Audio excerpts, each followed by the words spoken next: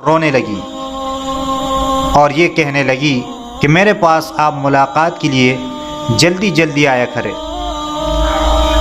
اور یہ کہ میرے بھائی بہنوں کو سلام اور میرے والدہ کو سلام کہنا۔ انہوں نے بچی کے ساتھ جو سلوک کیا کل ان کے سامنے آیا، اور پھر وہ افسوس کر رہے تھے لیکن موقع ان کے ہاتھ سے جا چکا تھا۔ بسم اللہ الرحمن الرحیم۔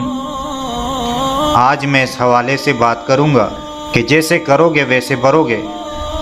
اس پر میں آپ کو ایک المناک واقعہ بیان کرنے جا رہا ہوں۔ جس گھر والوں نے بچی کے ساتھ جو سلوک کیا کل ان کے سامنے آیا، اور پھر وہ افسوس کر رہے تھے لیکن موقع ان کے ہاتھ سے جا چکا تھا۔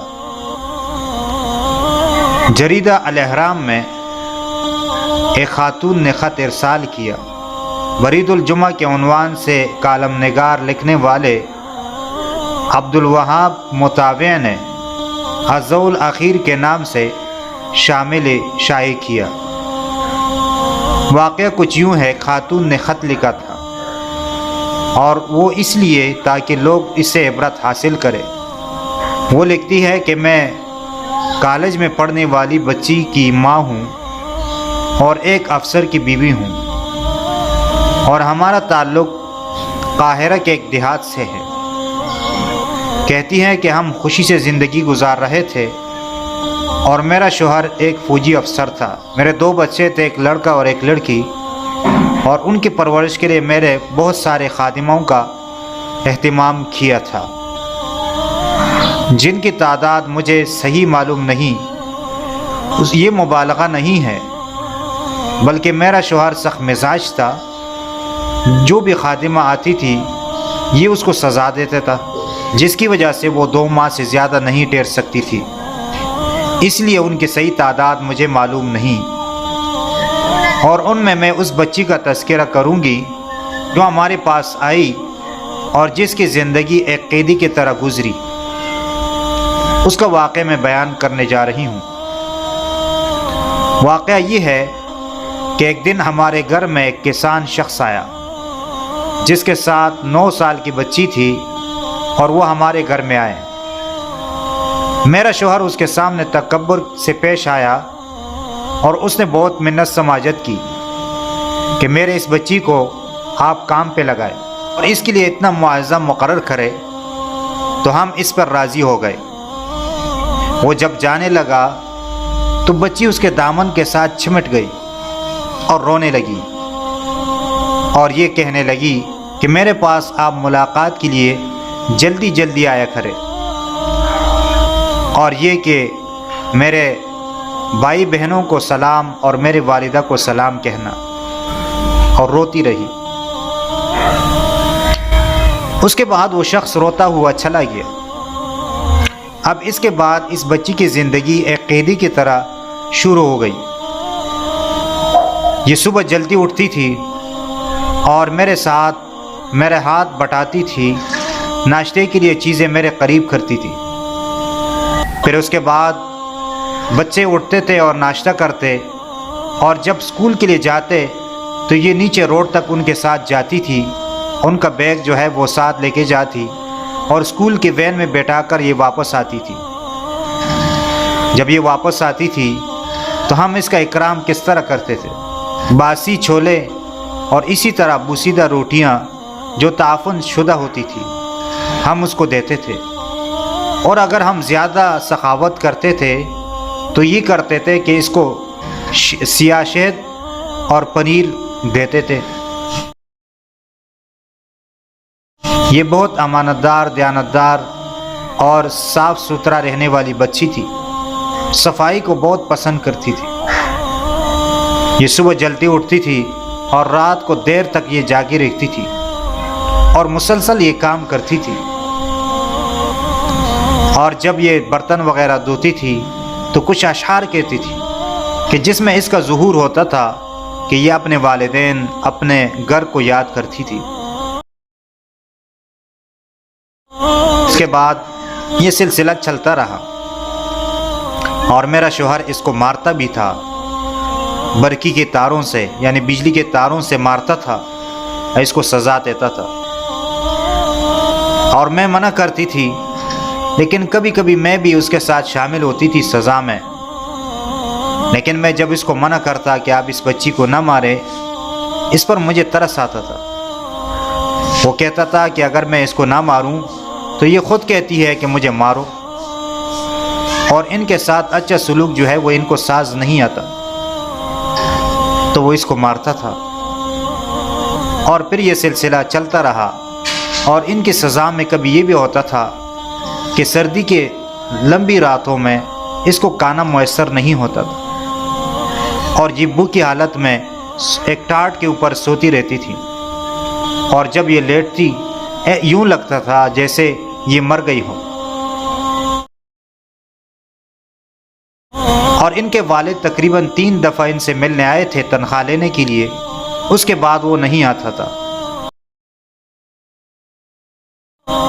اور ان کا کوئی رشتہ دار آتا تھا، وہ تنخواہ وصول کر کے چلا جاتا تھا۔ اور اس کو ہم نے 3 دفعہ گھر بھیجا تھا گھر والوں سے ملنے کے لیے۔ ایک دفعہ جب اس کا بھائی اردن سے آ رہا تھا، راستے میں مارا گیا، تو اس موقع پر ہم نے اس کو بھیجا تھا، کیونکہ ان کا ایک ہی سہارا تھا جو اس کو مشکل سے نکال سکتا تھا، وہ اس کا بھائی تھا، لیکن وہ سہارا بھی ختم ہو گیا۔ اور یہ روتی تھی، لیکن میرے شوہر کے سامنے نہیں، کیونکہ وہ ظالم شخص تھا، وہ اس کو مارتا تھا، تو یہ چپ کے روتی تھی، اور یہ غم سہتی رہی۔ پھر اس کے بعد جب اس کو متعدی بیماری لگی، اور ہم نے سمجھا کہ یہ بیماری ہمارے بچوں کو نہ لگے، تو ہم نے اس کو گھر بھیج دیا، اور ہم نے کہا کہ جاؤ اپنے گھر والوں سے ملو۔ لیکن یہ ہم نے پیار محبت سے نہیں بھیجا، یہ ہم نے اپنی مجبوری کی وجہ سے اس کو بھیجا تھا۔ اور تیسری دفعہ جب اس کا والد فوت ہوا اور یہ جوانی میں قدم رکھ رہی تھی، ہم نے کہا کہ اس کو بہت غم ہوگا، ہم نے بھیج دیا۔ تو یہ 3 دفعہ اپنے گھر گئی تھی، اس کے علاوہ نہیں۔ پھر آگے کہتی ہے جب ہم سیر و تفریح کے لیے جاتے تھے تو ہم اس کے لیے 1 ہفتے بھر کا کھانا تیار کر کے رکھ لیتے تھے اور خود وہاں جا کے مزے کرتے تھے، لیکن اس کا خیال نہیں ہوتا تھا۔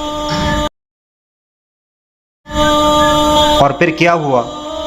پھر کہتی ہے کہ آپ یہ سوال کریں گے کہ یہ بھاگتی کیوں نہیں تھی، تو اس کا جواب بھی دیتی ہے کہ ایک دفعہ یہ بھاگ گئی تھی، کہ ایک دن یہ جب سبزی خریدنے کے لیے گئی تو واپس نہیں آئی۔ جب ہم نے چوکیدار سے معلوم کیا تو اس نے بتایا کہ اس روڈ پر ایک قصائی ہے اور اس کے ساتھ ایک لڑکا ہے، اور یہ اس لڑکے سے زیادہ باتیں کرتی تھی، شاید یہ اس کے ساتھ گئی ہو۔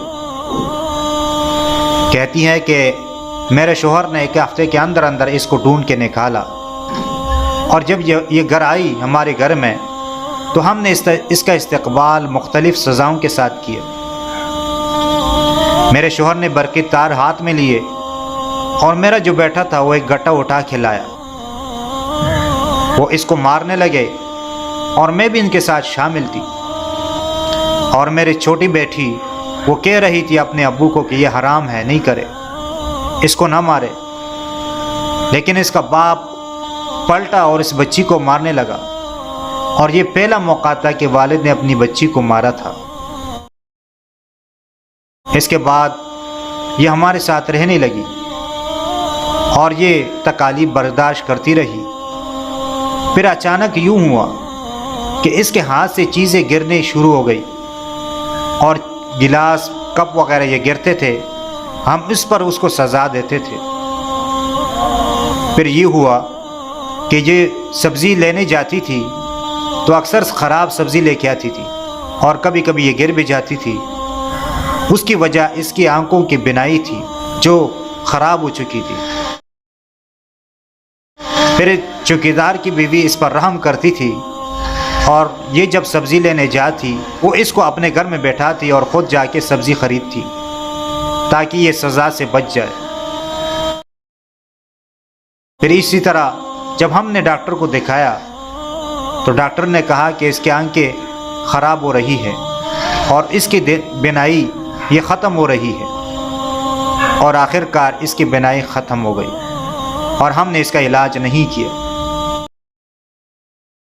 اس کے بعد ایک دن یہ گھر سے نکلی اور غائب ہو گئی، اور ہم نے بھی تلاش نہیں کیا کیونکہ ہمیں ضرورت ہی نہیں ہے ابھی، ہم کیوں ایک معذور شخص کو گھر میں پالے۔ پھر اس کے بعد میرا بیٹا جب کالج سے فارغ ہوا، اس نے ایک جگہ کام شروع کیا۔ پھر اس کے بعد اس نے کہا کہ میری ایک دوست ہے، میں اس سے شادی کرنا چاہتا ہوں۔ تو ہم نے خوشی سے اس کو قبول کیا اور اس کے لیے وہ پیغام لے کے گئے نکاح کا، انہوں نے بھی قبول کیا اور انہوں نے وہ بچی ہمیں دے دی۔ ہم بہت خوش تھے کیونکہ خوبصورت لڑکی تھی وہ اور بہت پیاری تھی۔ اور پھر جب وہ امید سے ہوئی تو میرا شوہر بھی ریٹائرڈ ہو گیا تھا، اب وہ بھی گھر کا سامان بن چکا تھا، وہ کسی کام کا نہیں تھا، اور اس کے مزاج میں بھی نرمی آ گئی تھی اور جو سختی تھی وہ ختم ہو چکی تھی۔ جب یہ بچہ پیدا ہوا تو یہ نابینا تھا، ڈاکٹروں کے لمبے لمبے چکر لگائے لیکن انہوں نے بتایا کہ اس کا علاج ممکن نہیں ہے۔ پھر ہم نے اس کو نابینا بچوں کی جہاں تعلیم ہوتی ہے وہاں اس کو داخل کرایا تاکہ اس کی تربیت وہاں پر ہو۔ پھر اس کے بعد میری بہو نے کہا کہ میں اور بچے پیدا نہیں کروں گی تاکہ کل اس طرح پھر حادثہ پیش نہ آئے، لیکن ڈاکٹروں نے مشورہ دیا کہ ایسا نہیں ہوگا اور آئندہ جو بچے ہوں گے وہ صحیح ہوں گے۔ پھر جب وہ امید سے ہوئی اور ایک بچی خوبصورت پیدا ہوئی، اس کی آنکھیں ہم نے ڈاکٹروں سے چیک کرائے تو ڈاکٹروں نے کہا کہ یہ بالکل صحیح ہے۔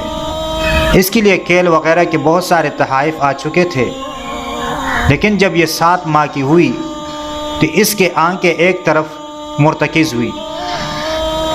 جب ہم نے چیک کرایا تو وہ ڈاکٹروں نے کہا کہ اس کی بینائی چلی گئی ہے، اب یہ صرف روشنی کو دیکھ سکتی ہے اور اس کے علاوہ ان کی آنکھیں کام نہیں کر رہی۔ تو میرے شوہر کو جب یہ بات معلوم ہوئی تو وہ دماغی توازن کھو بیٹھا، اب وہ ہر چیز سے نفرت کرتا تھا۔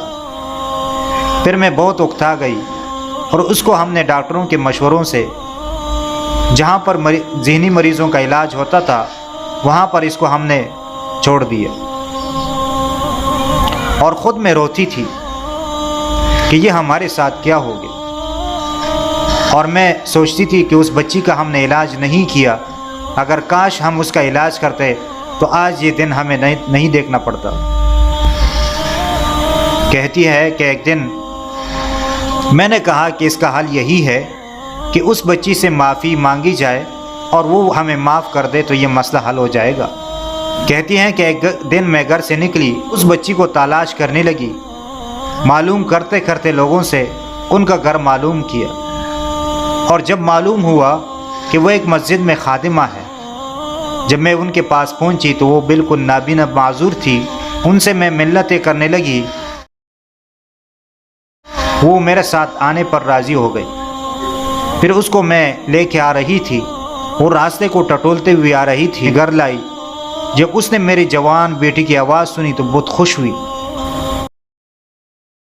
میرا معذور پوتا اور میرے معذور پوتی اس کی بہت خدمت کرتے تھے، اور میں اس سے معافی مانگ رہی تھی کہ مجھے معاف کر دے۔ تو یہ واقعہ عبرت کے لیے انہوں نے لکھ دیا ہے۔ اگر آپ سمجھتے ہیں کہ اس میں عبرت ہے تو آپ اس طرح لوگوں کے سامنے اس کو پیش کریں، بیان کریں۔ جو نوکر و خادم کے ساتھ جو سلوک کرتا ہے تو اللہ تعالیٰ اس کی سزا اس کو دے دیتے ہیں۔ اگر آپ کے پاس کوئی نوکر ہے، کوئی خادم ملازم ہے، وہ آپ کا کام نہیں کرتا تو آپ کو اس سے پیار سے بات کرنی چاہیے کہ آپ کام نہیں کر رہے ہیں لہٰذا آپ جا سکتے ہیں۔ یہ نہیں کہ آپ اس پر ظلم کریں اور تشدد کا نشانہ بنائیں، جو آپ کے لیے بھی نقصان دہ ہے اور آپ کے بچوں کے لیے بھی نقصان دہ ہے۔ اگر اس طرح معاملہ ہے تو اس کو اچائی کے ساتھ حل کرنا چاہیے۔ اللہ تعالیٰ سے دعا ہے کہ اللہ تعالیٰ ہمیں صحیح بات سمجھنے اور اس پر عمل کرنے کی توفیق عطا فرمائیں اور ہمیں برے سلوک سے محفوظ رکھیں۔ آمین ثم آمین یا رب العالمین۔